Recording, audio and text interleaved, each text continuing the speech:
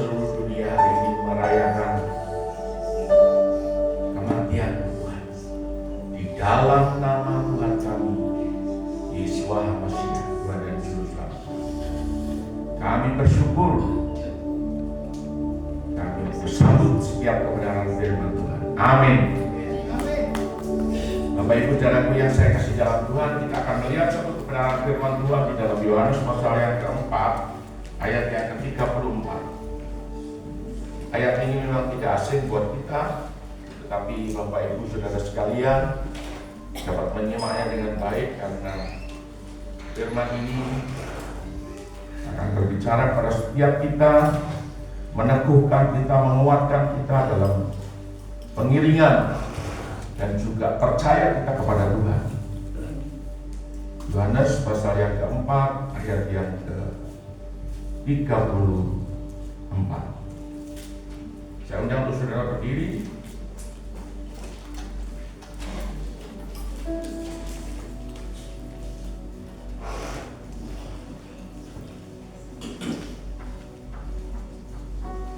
Ya. Yohanes pasal 4 ayat yang ke-34, yaitu ada di sana di papan juga. Mari kita baca bersama-sama, 1, 2, 3. Kata Yesus kepada mereka, makananku ialah melakukan kehendak Dia yang mengutus aku dan menyelesaikan pekerjaannya. Saya persilakan duduk. Bapak Ibu dan yang saya kasih dalam Tuhan, kita tahu bahwa Tuhan Yesus sudah melakukan semua untuk kita. Kalau hari ini kita ada, itu kita hanya mengingat, memperingati kembali bagaimana Tuhan kita melakukan kehendak Bapa yang menjadi makanan setiap hari. Kalau kita makan setiap hari 3 kali, pagi, siang, dan mungkin sore, bagaimana dengan makanan yang dimaksud oleh Tuhan kita ini?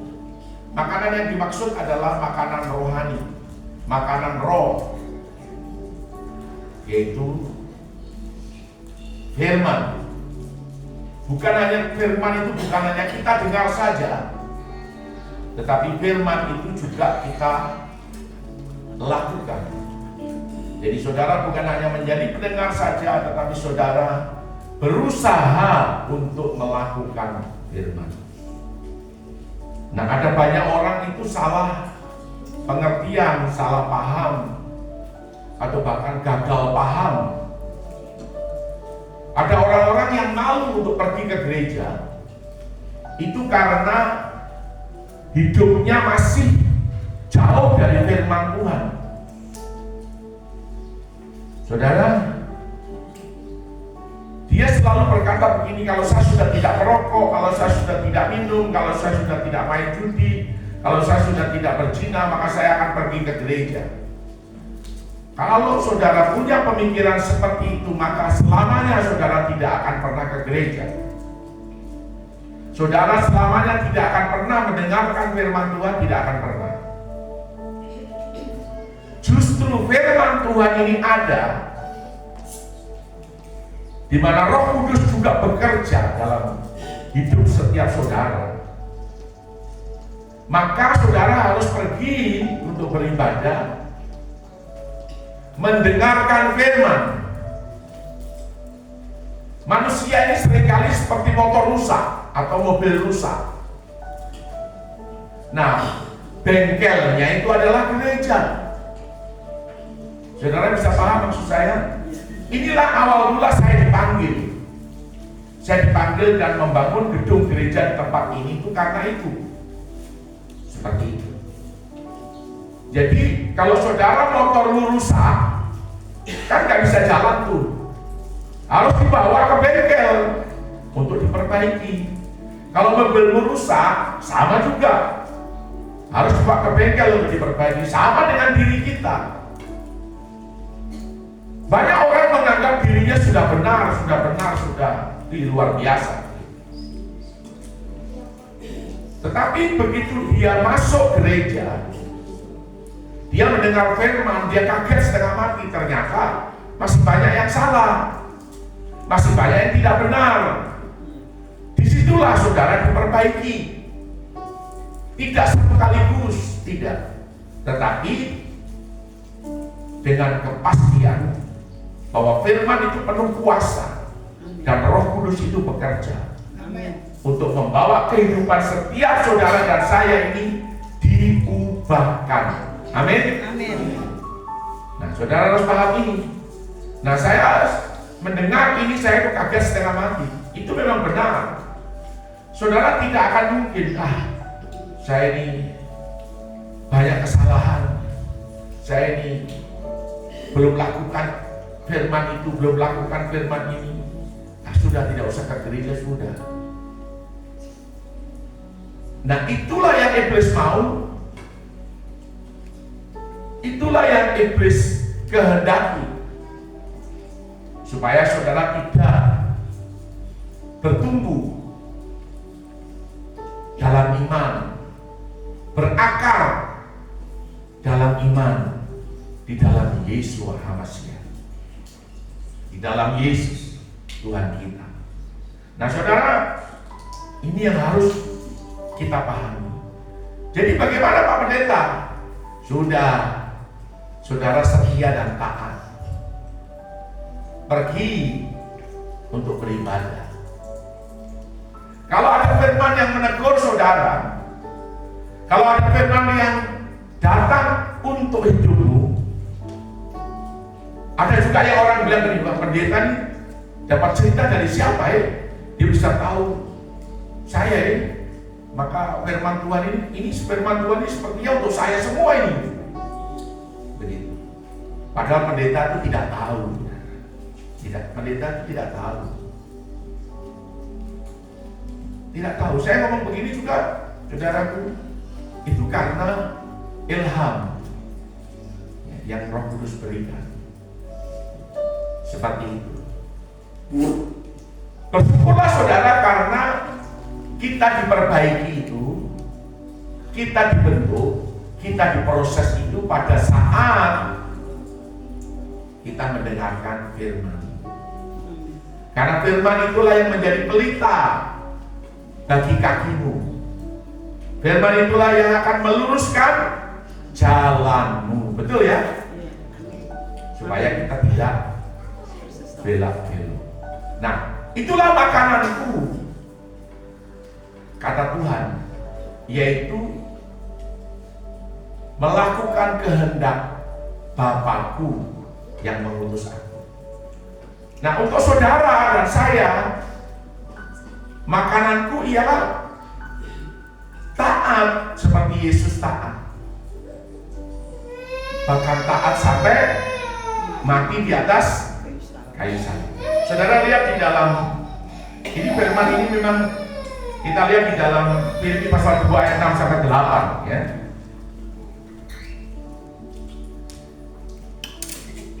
Filipi pasal 2 ayat 6 sampai 8. Kalau baca salah seorang cepat. Filipi pasal 2 ayat 6, yang walaupun dalam rupa Allah, tidak menganggap kesetaraan dengan Allah. Iya, tidak menganggap kesetaraan dengan Allah atau Elohim ya. Terus itu sebagai milik yang harus dipertahankan. Ya, terus Ayat 7, melainkan telah mengosongkan dirinya sendiri dan mengambil rupa seorang hamba dan menjadi sama dengan manusia. Mengosongkan dirinya menjadi seorang hamba sama dengan manusia. Terus Ayat 8, dan dalam keadaan sebagai manusia, ia telah merendahkan dirinya dan taat sampai mati, bahkan sampai mati. Telah merendahkan dirinya dan taat sampai mati, bahkan sampai mati di atas kayu salib. Jadi Tuhan kita, Yesus HaMashiach itu menanggalkan ketuhanannya, keilahiannya, kalau dalam LAI ditulis kealahannya, ditinggalkan. Dia mengambil rupa menjadi seorang hamba yang sama dengan manusia. Jadi dia mengambil rupa sama dengan manusia. Dan di dalam keadaan sebagai manusia ini dia merendahkan dirinya, lalu taat sampai mati. Nah, penekanan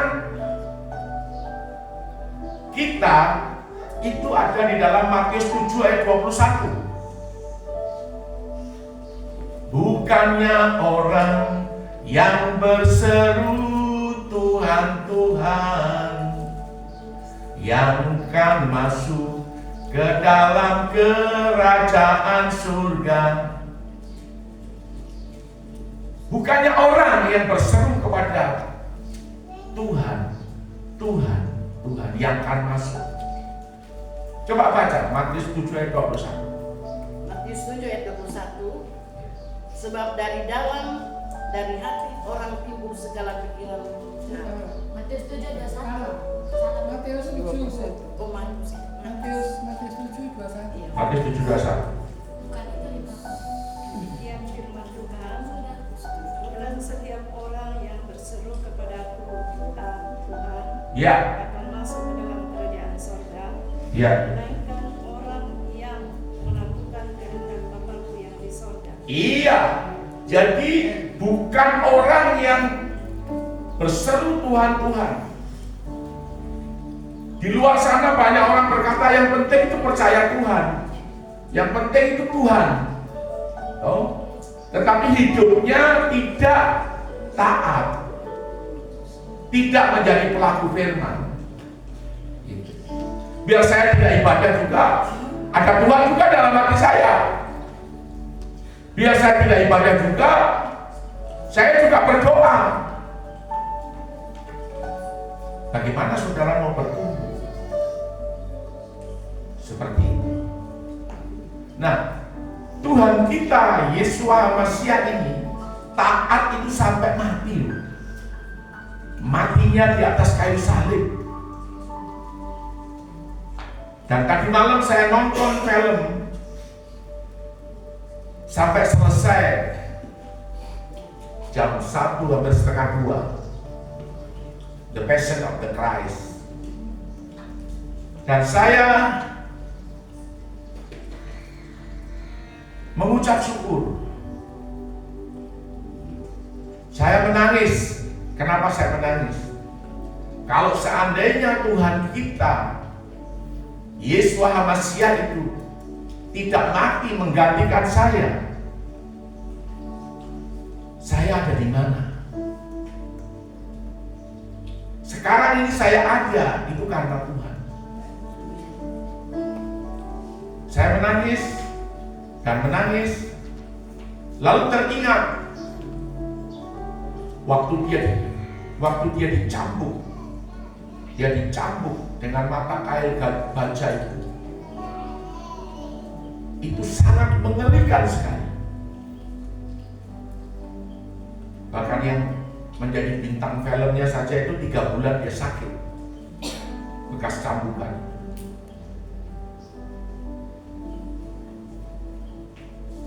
Saudara bisa membayangkan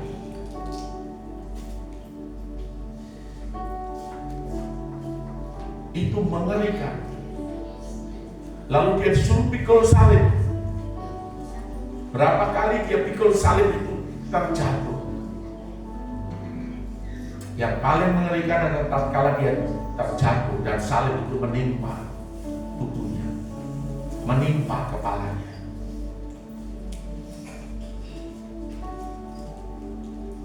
Di detik-detik terakhir dia sudah tidak mampu untuk pikul salib. Ada seorang yang bernama Simon dari Kirene yang membantu dia. Simon dari Kirene pun sampai marah. Dia katakan, saya tidak mau lagi pikul salib. Kalau kamu terus siksa orang ini, dia belum tahu siapa itu Yesus. Oh saudara, Sampai akhirnya Simon kiranya juga menguatkan Tuhan Yesus. Sudah sangat dekat. Artinya dekat di Bukit Salib, di Bukit Golgota. Dan itu, ayo, saya akan bantu, kuatkan, ayo kuat untuk sampai. Dan akhirnya sampai di Bukit Golgota. Tangan ditarik dan dipaku. Tangan, setelah tangan kiri lalu tangan kanan ditarik dan dipaku. Berulang-ulang Tuhan Yesus berkata, Bapa ampuni mereka. Itu juga yang membuat saya menangis. Seringkali kehidupan kita di dalam melakukan kebenaran, orang tidak suka. Bahkan keluargamu sendiri pun tidak suka dengan kamu. Suamimu pun seringkali tidak suka dengan kamu. Karena kamu mau selalu untuk beribadah. Kamu mau untuk selalu berdoa. Kamu mau selalu untuk memuji Tuhan. Suamimu pun tidak suka dengan kamu. Mungkin ada kata-kata buruk dari suamimu yang berkata, apa Tuhan kasih makan kamu kalau kamu berdoa? Apa Tuhan kasih makan kamu kalau kita tidak kerja? Itu seringkali bahasa-bahasa yang kita dengar. Kita pun sama, kita melakukan kebenaran. Orang iri hati dan fitnah kita. Saudara,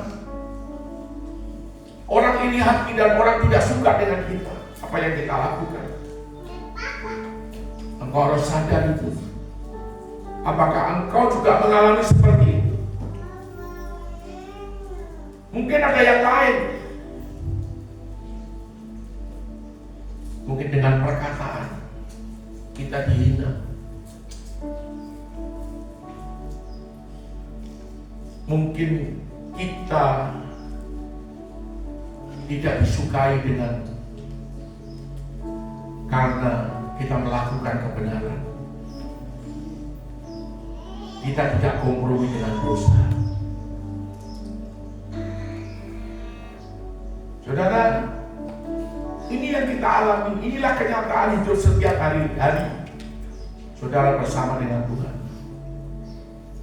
Bapa ampuni mereka.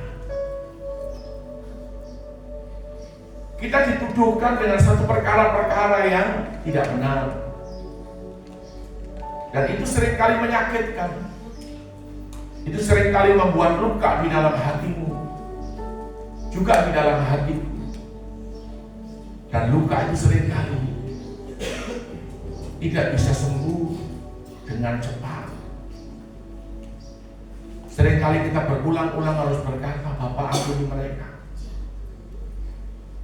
Bapak angkat luka-luka, semua luka yang ada dalam hatiku. Bagaimana sehari sebelumnya, waktu dia memasuki Yerusalem, orang semua mengeluh-ngeluhkan dia dengan daun palem, lalu menaruh jubah-jubah mereka untuk Tuhan Yesus lewat. Tetapi di hari berikutnya, mereka orang yang sama yang menyalibkan dia.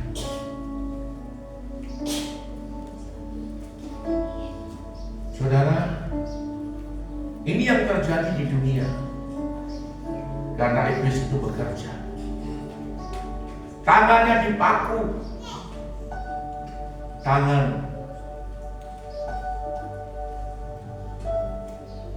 lalu kakinya dipaku. Kalau kau diberkati dengan tanganmu, jadilah berkat. Kaki yang dipaku itu kerelaan untuk saudara memberitakan Injil.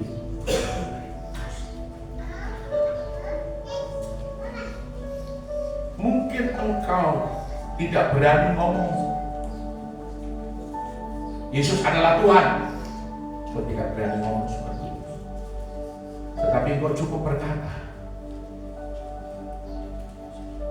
mari Bu, anak ibu sakit ya, saya doakan ya dengan iman saya kepada Yesus. Doakan. Indirect, secara tidak langsung saudara sudah memberitakan Injil.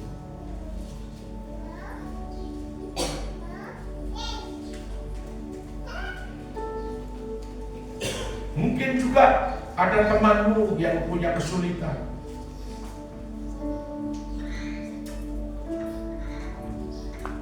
Kalau boleh saya doakan ya. Kalau dia bilang iya, mari ya kita berdoa. Berdoa saja. Mungkin engkau tidak ekstrim seperti saya ekstrim, tetapi engkau sudah membawa Injil kepada mereka.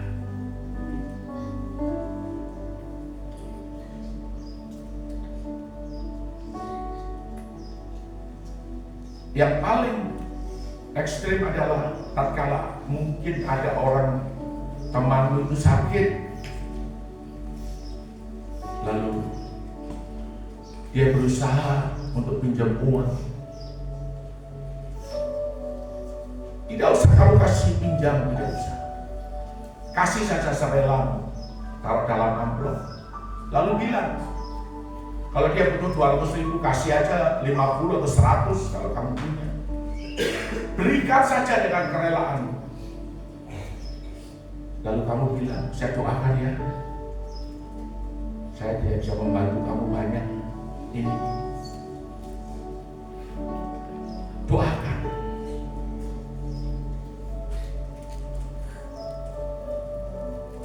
Saya itu pernah orang datang, pendeta, anak saya sakit, saya harus tebus obat 150.000. Kalau boleh Pak Pendeta saya pinjam. Oh, saya bilang saya minta maaf, saya tidak bisa pinjamin kamu. Ini ada berkah. Waktu itu saya kasih berkat cuma 100. Lalu saya berdoa. Sudah, itu sudah. Kita sudah memberitakan Injil kepada dia.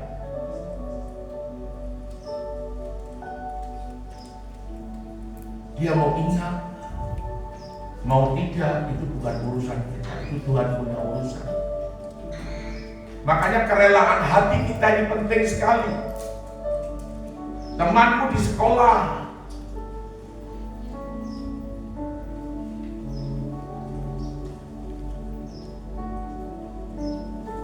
ada Yosafat. Yosafat itu dulu waktu kecil itu dia sudah menginjil berapa orang. Dan setiap dia menginjil orang, itu dia lapor ke saya.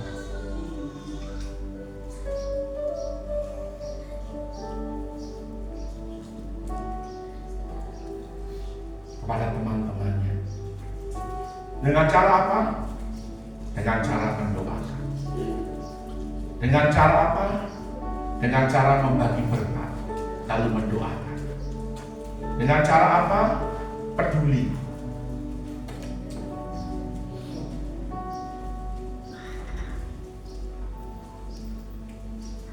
Waktu di sekolah itu seperti itu. Kalau nggak salah, dia pernah lapor saya sudah 3 orang, papa sudah 3 orang. Saya bilang puji Tuhan.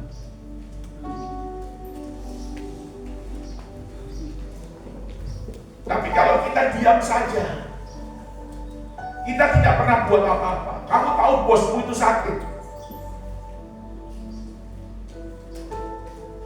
Bapak kalau Tuhan izin, kalau Bapak izinkan, saya mau berdoa, bolehkah? Bosmu tidak akan mungkin, oh tidak bisa, sudah kamu keluar sana. Dia tidak akan mungkin. Dia pasti akan pandangi kamu begini dan akan heran setengah mati. Lalu dia akan bilang silakan. Itu pasti itu begitu. Tidak mungkin, oh sudah kamu keluar sana, kamu pergi, saya tidak butuh kamu. Itu tidak mungkin. Dia akan lihat kamu.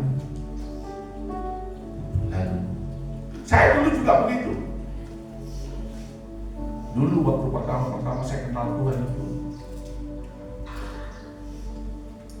sampai pimpinan saya pun saya doakan.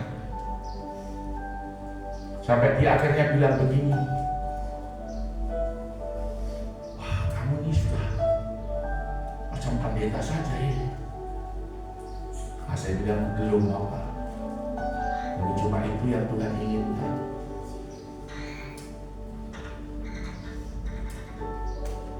Terus dulu kalau ekspor itu biasa itu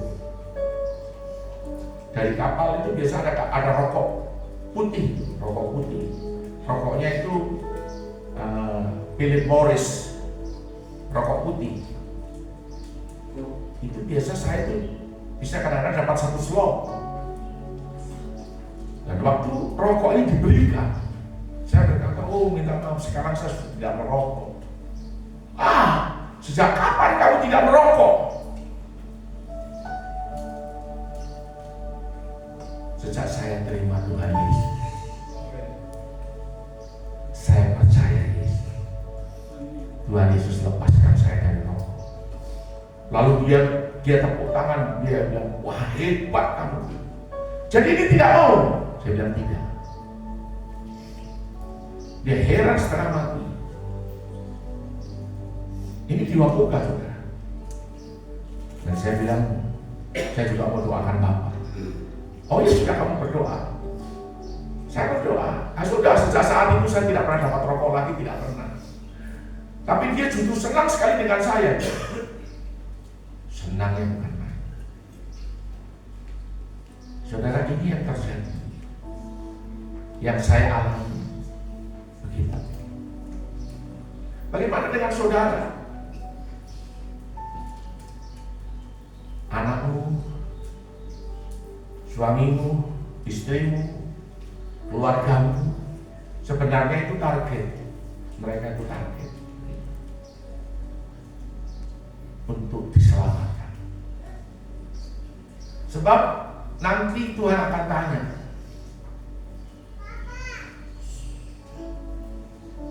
berapa jiwa yang kamu bawa kepada?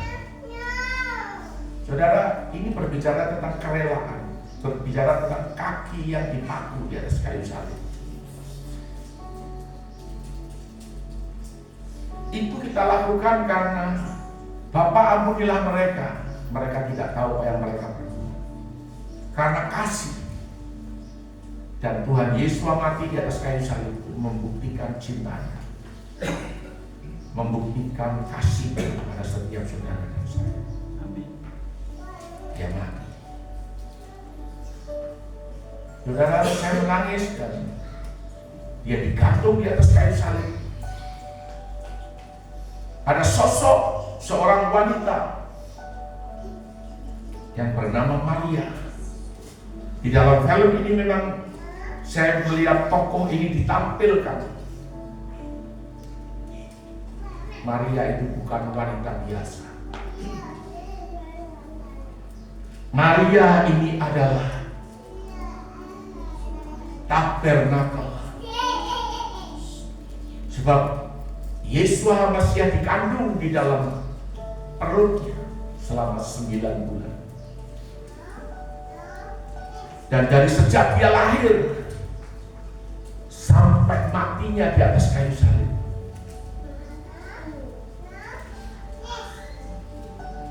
bagaimana sosok Maria, seorang wanita yang teguh, yang hebat, yang perkasa. Mengapa? Karena sampai Yesus mati di atas kayu salib pun dia temani. Waktu dia digantung, dia berkata, "Nah, ini mama." Lalu Yesus berkata, "Iya, Ibu." Dia katakan, "Kuatkan, teguhkan hatimu. Lakukan kehendak Bapa. Lakukan." Itu saya menangis betul-betul. Itu seperti Abraham. yang membawa Ishak lalu dipersembahkan di atas pesta. Pada saat Abraham mengangkat pisau itu untuk menyembelih anaknya Ishak, malaikat berseru, jangan kau bunuh anak itu. Saudara,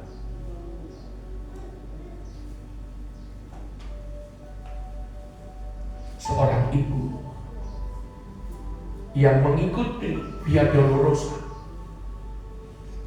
seorang ibu yang mengikuti jalan kemuliaan. Kalau tanpa salib tidak ada kemuliaan. Di dalam pengikutan kita dengan Tuhan, kalau tanpa harga yang harus kita bayar, itu tidak akan ada kemuliaan, tidak akan ada. Harus bayar harga. Mengapa kau sering kali untuk beribadah saja susah? Sering kali kau untuk berdoa saja susah? Bukan Pak Gembala ini hebat. Saya juga manusia yang penuh dengan kekurangan. Tapi saya selalu berusaha untuk berjuang untuk mencapai garis akhir, menyelesaikan destiny. Seperti Yesus Hamasiah menyelesaikan destininya, mati di atas kayu salib, taat dan setia sampai mati di atas kayu salib.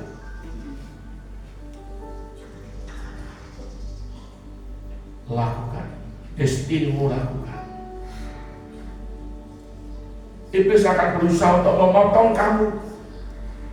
Iblis akan berusaha untuk memotong saya, untuk kita tidak sampai, untuk kita tidak finish, mencapai garis finish, finish strong, finish selesai dengan kekuatan. Seperti yang Tuhan Yesus pada waktu digantung, saat dia mengampuni, Bapa ampunilah dosa mereka, ampunilah mereka karena mereka tidak tahu apa yang mereka perbuat. Lalu dia berkata, sudah selesai. Apa yang harus dikerjakan? Ini sudah selesai. Oleh sebab itu Matius pasal 7 ayat 1. Matius pasal 7 ayat 1.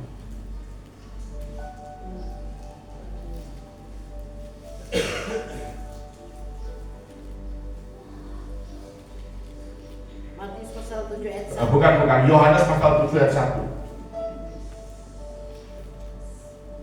Yohanes bukan Matius, saya salah kutip. Yohanes pasal 7 ayat 1. Sesudah itu Yesus berjalan keliling Galilea.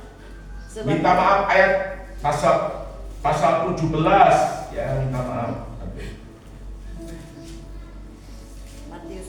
Yohanes 17 ya. Yohanes 17 ayat 1. Demikianlah kata Yesus, lalu ia menegadah ke langit dan berkata, Bapa, telah tiba saatnya, permuliakanlah anakmu, supaya anakmu mempermuliakan engkau.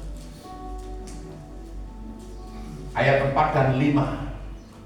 Ayat 4 dan 5. Aku telah mempermuliakan engkau di bumi dengan jalan menyelesaikan pekerjaan yang engkau berikan kepadaku untuk melakukannya. Ayat 5. Oleh sebab itu, ya Bapa, permuliakanlah aku kepadamu sendiri dengan kemuliaan yang kumiliki di hadiratmu sebelum dunia ada. Amin. Jadi saudaraku, dengan matinya Yesus Hamasiah di atas kayu salib,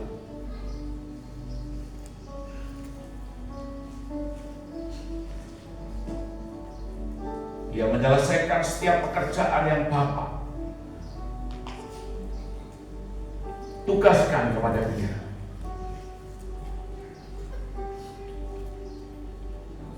Yohanes 17 ayat 1 tadi dikatakan, permuliakanlah aku,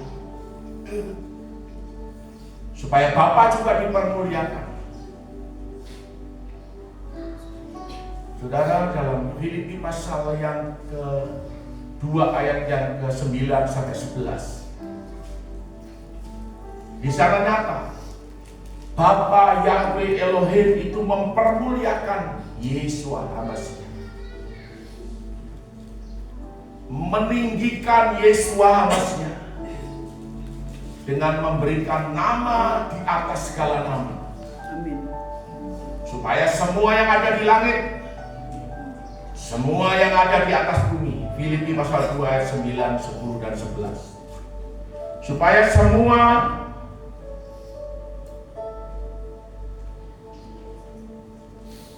semua yang ada di langit, di bumi, sampai ke dalam dasar bumi takluk dan bertekuk lutut.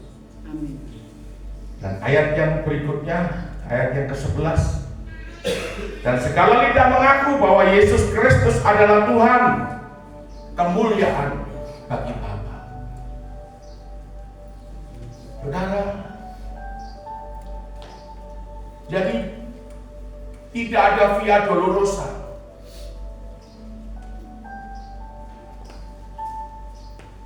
Jalan salib ini, penderitaan mengikut Tuhan kita Yesus HaMashiach yang tidak mendatangkan kemuliaan. Seringkali kita gagal, seringkali kita tidak mampu untuk menghadapi setiap tantangan.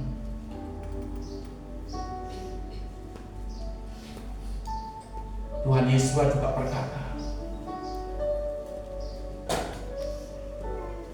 Dia tertikam oleh karena pemberontakan kita, Dia diremukkan oleh karena kejahatan kita, dan oleh bilur-bilurnya kita sembuh. Artinya kita dipulihkan. Seberapa banyak engkau dikecewakan? Ada yang sudah pacaran, pacarmu mengecewakan engkau, sakit rasa hati. Entah itu kau laki-laki atau kau perempuan. Makanya kalau bisa jangan pacaran. Apalagi kalau pacaran di bawah pohon tomat, kayu tidak boleh.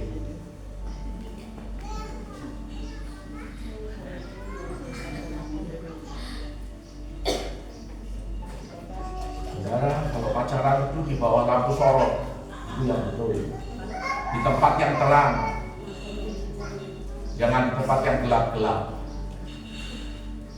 Karena di sana banyak ular, tempat yang gelap itu.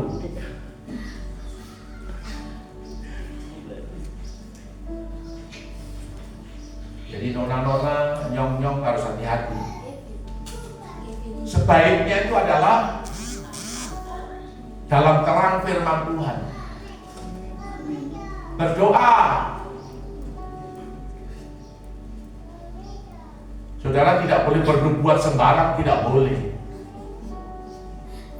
Karena nanti lu buat dengan nubuat itu jadi kacau balau. Orang bilang ini jodohmu, wah, kamu langsung percaya, main tubruk saja, wah salah itu.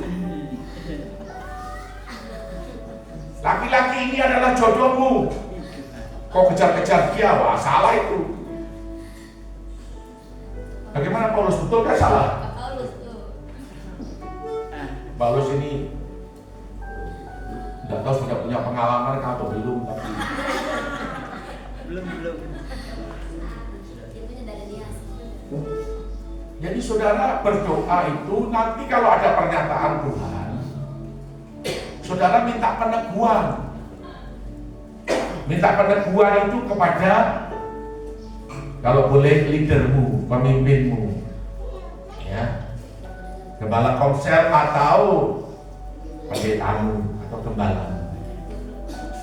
Nanti gembala itu akan berdoa dan dia tahu, dia akan tahu, bukan tidak tahu. Lalu bukan hanya itu saja, minta peneguhan lagi, paling tidak 2 orang. Oh kan begitu. Nah kalau iya, ya sudah tahu.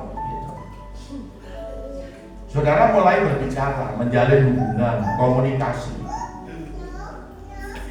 Lalu Apa yang menjadi keinginan dan kehendak Tuhan itu nanti akan dinyatakan. Ada waktunya saudara itu nanti akan menikah pasti. Tapi kalau main tubruk saja, nah ini yang repot. Memang jodoh itu kan ada 3. Wah, ini bicara jodoh lagi. Tidak apa-apa sudah, kita bicara saja. Jodoh itu ada 3. Jodoh itu memang yang dari Tuhan. Itu yang betul-betul yang Tuhan inginkan, itu match. Match itu adalah betul-betul itu yang Tuhan inginkan. Yang Tuhan kehendaki. Seperti yang firman Tuhan ini tadi. Itu, waduh, itu indah sekali. Seperti saya dengan istri saya, itu yang Tuhan kehendaki. Karena dulu sebenarnya saya tidak pilih istri saya ini. Saya pilih orang yang kaya. Karena 2 yang dikirim itu 2. Istri saya ini Deborah dengan satu lagi, Kesia. Kesia ini anaknya orang kaya. Gembala sidang gereja besar, punya apartemen di Amerika, punya rumah di Surabaya. Saya pikir kalau saya kawin dengan Kesia, wah pasti enak. Memang saya berdoa ke Tuhan, saya ini sudah terlalu banyak menderita, jadi kalau boleh saya kawin dengan orang kaya supaya enak. Itu saya doanya. Tetapi Tuhan, bukan kehendakku yang jadi, biarlah kehendak Bapa. Nah, ternyata saudaraku, saya minta kehendak Bapa. Jalan untuk ke Kesia ini semua kayak ditutup, kayak keran air itu kerannya ditutup, jadi semua tertutup. Dan sampai hari ini tidak ada hubungan, tidak ada. Tapi jalan yang untuk ke ini, mama tercinta ini, mantan pacar dulu, ini terbuka jalannya. Langsung gaspol saudara. Nah, yang kedua itu karena dijodohkan. Orang tua cocok sudah. Kamu punya anak, kawin dengan anak saya sudah. Dijodohkan. Biasanya yang dijodohkan ini ada yang baik, ada yang tidak. Dan yang ketiga itu karena sering bersama-sama. Jadi orang Jawa itu punya bahasa apa atau peribahasa atau apa ya? Itu weting tresno jalaran saka kulino. Cinta itu bertumbuh dan bersemi karena adanya kebiasaan berteman. Itu cinta tumbuh. Tapi belum tentu itu kehendak Tuhan. Gitu. Boleh atau tidak? Ya boleh saja, tetapi harus tahu masing-masing pribadinya. Sama yang match juga, yang kehendak Tuhan juga sama, masing-masing pribadinya harus tahu. Pacaran itu semua baik semua, semua ditampilkan semua yang baik, tidak ada yang jelek. Begitu sudah menikah, menjadi satu rumah, suami kaget setengah mati, istri kaget setengah mati. Waduh, ternyata suami saya ini dialahnya bukan main. Aduh, suami saya ini ternyata tukang pukul. Aduh, suami saya ini ternyata tukang tendang. Wah, ini kan repot. Nah, ini yang tidak boleh terjadi. Ya, saudara. Jadi supaya Bapak itu dipermuliakan. Tuhan Yesus menyelesaikan misinya. Mati di atas kayu salib. Saudara dan saya menyelesaikan misimu. Mari kita beritakan Injil. Selesaikan tugasmu. Selesaikan destinimu. Ayo, lakukan. Jangan kayak ayam kecelup air. Kita tidak berani bicara, jangan. Bicara saja. Dengan cara bagaimana, ya kita mendoakan. Dengan cara bagaimana, kita peduli. Karena peduli itu menjadi kontak poin. Peduli itu menjadi jalan untuk kita bisa memberitakan Injil sama mereka. Amin. Amin. Jadi untuk supaya setiap orang itu mengaku, setiap lidah itu mengaku bahwa Yesus adalah Tuhan dan Juru Selamat. Puji Tuhan, Tuhan Yesus sudah memberkati. Mari kita naikkan satu pujian. Karena Roh Kudus bilang stop sampai di sini. Walaupun ini tulisan masih banyak, tapi tidak apa-apa.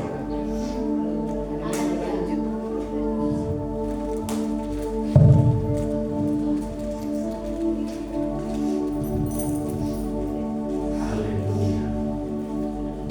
Maka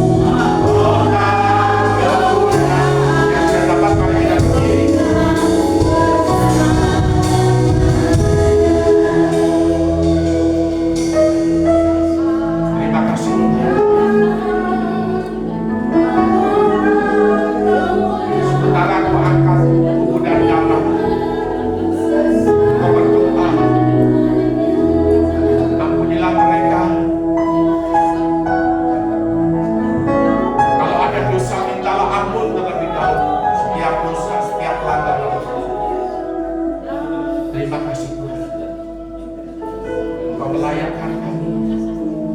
Engkau memimpin kehidupan kami. Kuasailah hidup kami ya Tuhan, supaya setiap kami yang mengambil cawan perjanjian baru ini, Engkau pulihkan. Kami minta ini menjadi perjanjian pemutihan bagi setiap dosa kami, bagi setiap pelanggaran. Sekalipun dosa memerah seperti keris, Tuhan akan membuat dia putih seperti bulu domba. Sekalipun dosa merah seperti kain kusuma, Tuhan akan membuatnya putih seperti salju. Mari mintalah ampun. Tuhan layakan kami, ampunilah kami Tuhan. Dan kami juga lepaskan pengampunan ke atas tahta-Mu bagi orang yang bersalah terhadap kami. Ampuni mereka. Kalau Engkau perlu menangis, menangislah. Karena menangis juga tidak bayar. Layakan kami Tuhan. Semua kekurangan kami, semua kepahitan dicabut. Semua kegeraman, kemarahan dicabut dalam nama Yesus. Sebab apa yang telah diteruskan kepadamu dari Tuhan, yaitu pada waktu malam sebelum Tuhan Yesus diserahkan, Dia mengambil roti, mengucap syukur dan mengucap berkat. Dia berkata, inilah tubuhku yang diserahkan dan dipecahkan bagi kamu. Jadikan ini menjadi satu peringatan akan aku. Saudara percaya, inilah tubuh Yesus. Bersama dengan kita dalam nama Yesus.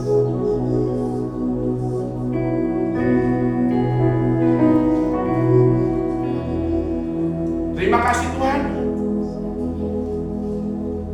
Oleh cawan perjanjian baru, kami punya perjanjian Blestian. Perjanjian di mana Bapa bersumpah kepada Abraham, Abraham lewat keturunanmu aku akan memberkati. Di dalam nama Tuhan kami Yesus, Yeshua Masiah adalah keturunan Abraham, dan kami ada menjadi milik Yeshua Masiah.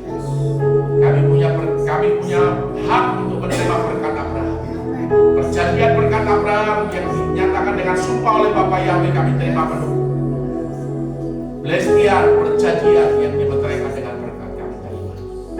Kami tidak akan kekurangan, kami tidak ada dalam krisis, namun kami ada dalam kemuliaan Tuhan.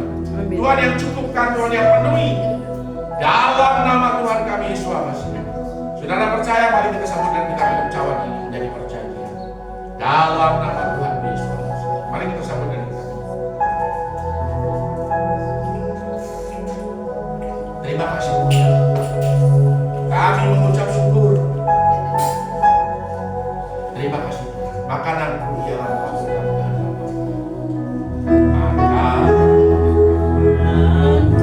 saya minta Ibu Evangelis tidak pasang berdoa.